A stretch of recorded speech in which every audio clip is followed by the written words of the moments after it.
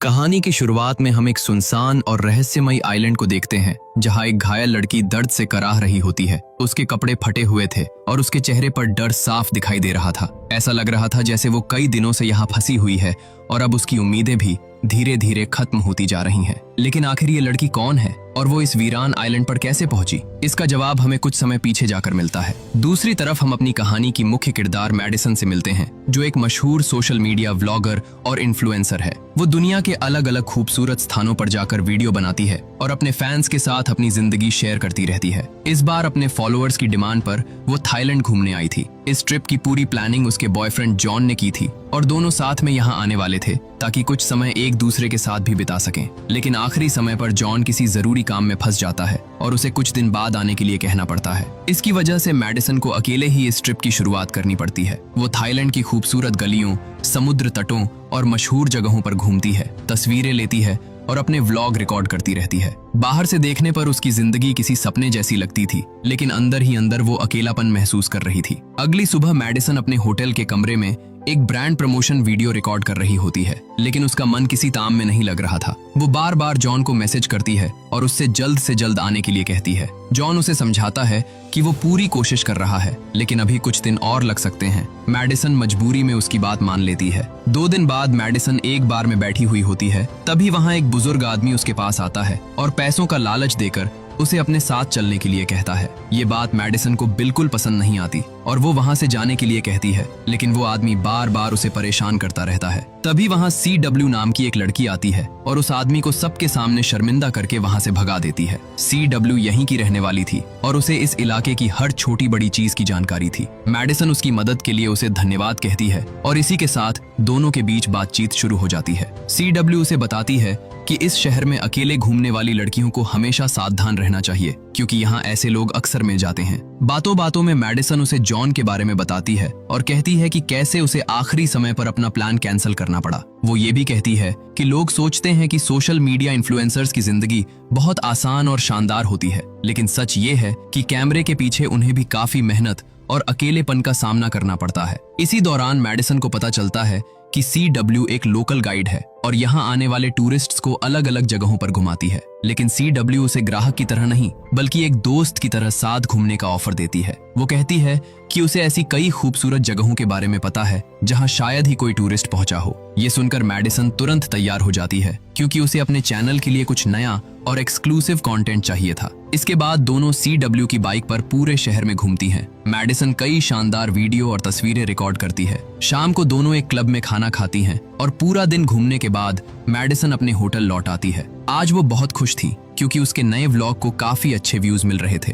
लेकिन उसकी खुशी ज्यादा देर तक नहीं टिकती। जैसे ही वो अपने कमरे के पास पहुंचती है, वो देखती है कि उसके कमरे का दरवाजा खुला हुआ है। अंदर जाने पर उसे पता चलता है कि उसका सारा सामान चोरी हो चुका है, यहाँ तक कि उसका पासपोर्ट भी गायब था। ये देखकर मैडिसन पूरी तरह टूट जाती है, क्योंकि बिना पासपोर्ट के वो अपने देश वापस नहीं जा सकती थी। CW उसकी मदद करती है और पुलिस में शिकायत दर्ज करवाने के लिए उसे एक फॉर्म भरवाती है, लेकिन उसे पता चलता है कि नया पासपोर्ट आने में लगभग 2 हफ्ते लग सकते हैं। ये सुनकर मैडिसन और ज्यादा परेशान हो जाती है, क्योंकि उसे जल्द ही अमेरिका वापस जाकर एक बड़े ब्रांड के लिए शूट करना था। उस रात वो जॉन से बात करती है, लेकिन जॉन उसकी परेशानी समझने के बजाय पैसों को लेकर ज्यादा चिंता करता है। ये बात मैडिसन को बहुत बुरी लगती है। उसे महसूस होता है कि जॉन को उसकी फिक्र से ज्यादा अपने पैसे की चिंता है।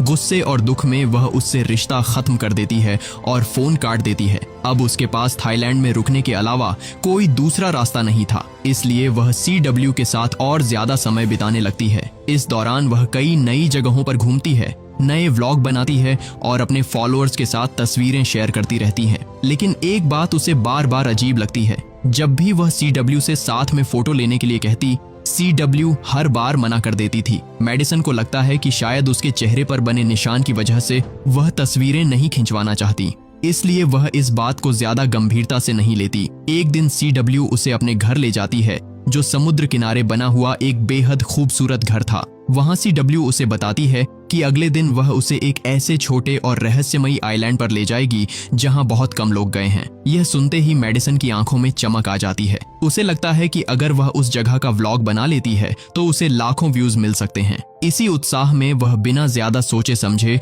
CW के साथ जाने के लिए तैयार हो जाती है। अगली सुबह सूरज निकलने से पहले ही दोनों एक छोटी बोट में बैठकर उस आइलैंड की तरफ निकल पड़ती हैं। रास्ते भर मैडिसन अपने कैमरे से वीडियो रिकॉर्ड करती रहती है और अपने फॉलोअर्स के लिए व्लॉग बनाती रहती है, लेकिन उसे बिल्कुल अंदाजा नहीं था कि यह फैसला उसकी जिंदगी का सबसे खतरनाक फैसला साबित होने वाला है। कई घंटों की यात्रा के बाद आखिरकार वे उस रहस्यमयी आइलैंड पर पहुंच जाती हैं।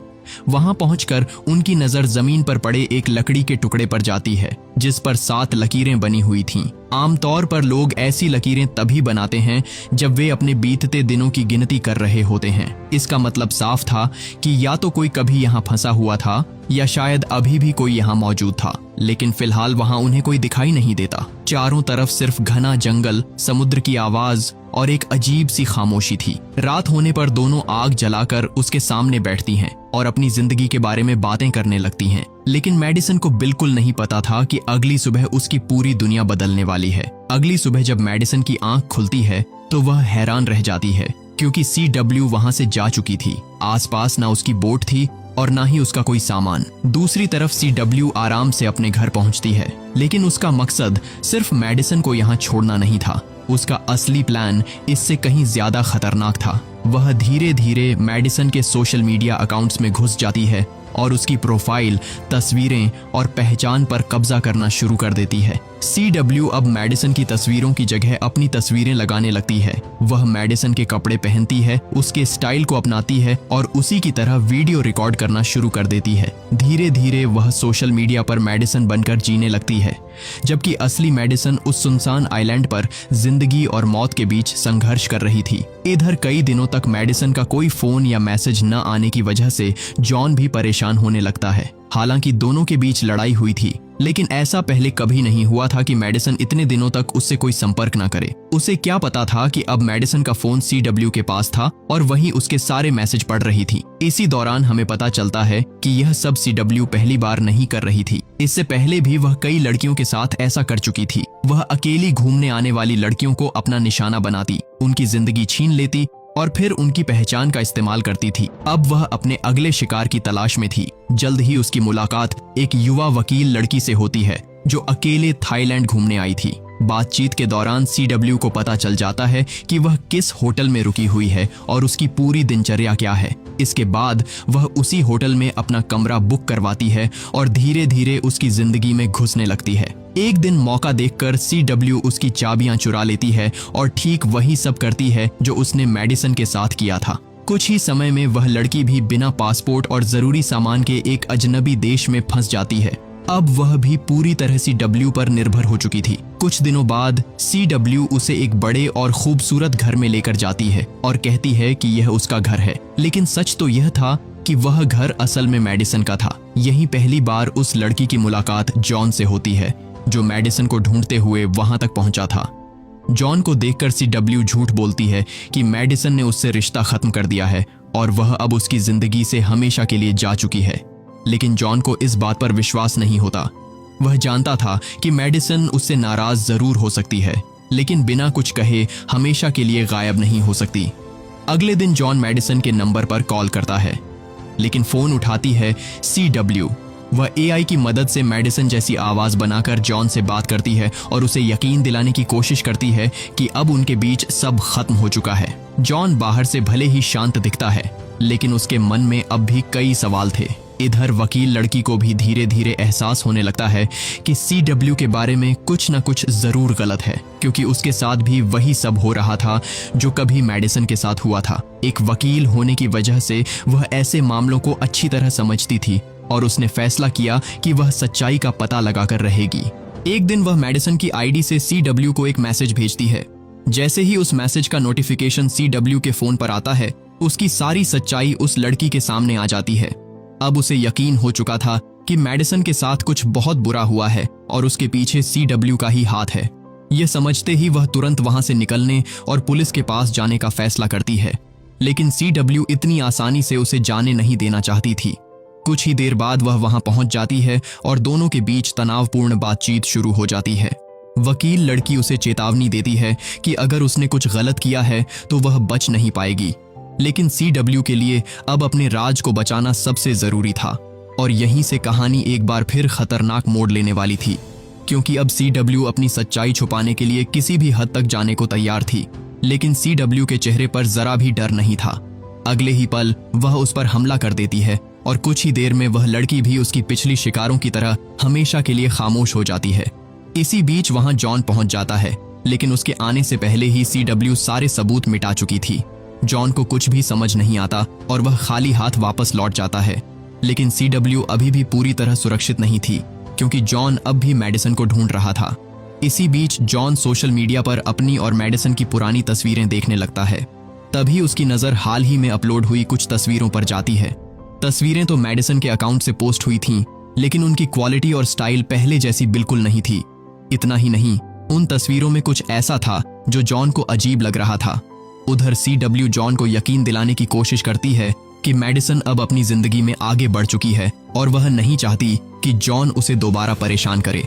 लेकिन जॉन का दिल इस बात को मानने के लिए तैयार नहीं था।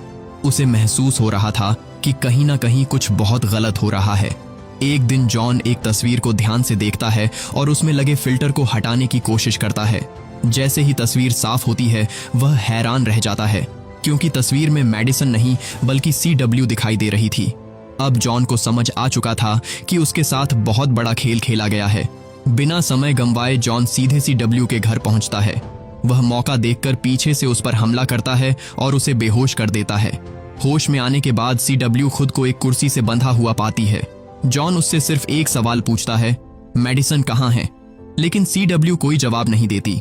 इसके बजाय वह जॉन को डराने की कोशिश करती है और कहती है कि अगर वह पुलिस के पास गया तो सबसे पहले शक उसी पर जाएगा। लेकिन इस बार जॉन पीछे हटने वाला नहीं था। आखिरकार CW उसके साथ जाने के लिए तैयार हो जाती है और कहती है कि वह उसे मैडिसन तक ले जाएगी। जॉन को लगता है कि उसकी तलाश अब खत्म होने वाली है और वह उसके साथ बोट में बैठकर उस आइलैंड की तरफ निकल पड़ता है। लेकिन समुद्र के बीच पहुंचते ही CW अपना असली खेल दिखाती है। वह अचानक जॉन को बोट से पानी में धक्का दे देती है। जॉन खुद को बचाने की कोशिश करता है, लेकिन CW उसे पानी के अंदर दबाए रखती है। कुछ ही पलों में जॉन की हरकतें बंद हो जाती हैं और वह हमेशा के लिए समुद्र की गहराइयों में खो जाता है। अब CW अपनी अगली चाल चलती है। वह सोशल मीडिया पर पोस्ट करती है कि जॉन ने मैडिसन के साथ मारपीट की, उसके पैसे चुराए और फिर भाग गया, ताकि अगर कभी जॉन के बारे में कोई पूछे तो हर किसी को यही लगे कि वह खुद गायब हुआ है, उसके साथ कुछ नहीं हुआ। लेकिन CW की कहानी अभी खत्म नहीं हुई थी। उसका आखिरी काम अभी बाकी था। कुछ दिनों बाद वह उस आइलैंड पर वापस लौटती है जहां उसने मैडिसन को मरने के लिए छोड़ दिया था। उसका मकसद वहां मौजूद हर सबूत को खत्म करना था। लेकिन वहां पहुंचकर वह हैरान रह जाती है, क्योंकि वहां एक जलती हुई आग थी और उसके ऊपर एक मछली पक रही थी। पास ही एक छोटा सा टेंट भी बना हुआ था। इसका मतलब साफ था, मैडिसन अभी भी जिंदा थी। CW तुरंत उसे ढूंढने के लिए जंगल की तरफ बढ़ती है, लेकिन तभी पीछे से मैडिसन उस पर हमला कर देती है। मौका मिलते ही मैडिसन तेजी से बोट की तरफ भागती है ताकि वहां से निकल सके। लेकिन बोट के पास पहुंचकर उसकी नजर जॉन की लाश पर पड़ती है। यह देखकर वह पूरी तरह टूट जाती है, लेकिन इस समय उसके पास रुकने का वक्त नहीं था। वह किसी तरह वहां से निकलने की कोशिश करती है, लेकिन तभी हमें पता चलता है कि CW अभी भी जिंदा है। होश में आने के बाद वह डरने के बजाय जोर जोर से हंसने लगती है। उसकी हंसी साफ बता रही थी कि अगर वह इस आइलैंड तक पहुंच सकती है तो यहां से बाहर निकलने का रास्ता भी जरूर जानती होगी। दोस्तों, अगर आपको यह खौफनाक और दिमाग घुमा देने वाली कहानी पसंद आई हो तो वीडियो को लाइक जरूर करें। और अगर आप मैडिसन की जगह होते तो क्या आप भी किसी अनजान इंसान पर इतनी जल्दी भरोसा करते? अपना जवाब कमेंट में जरूर बताइए।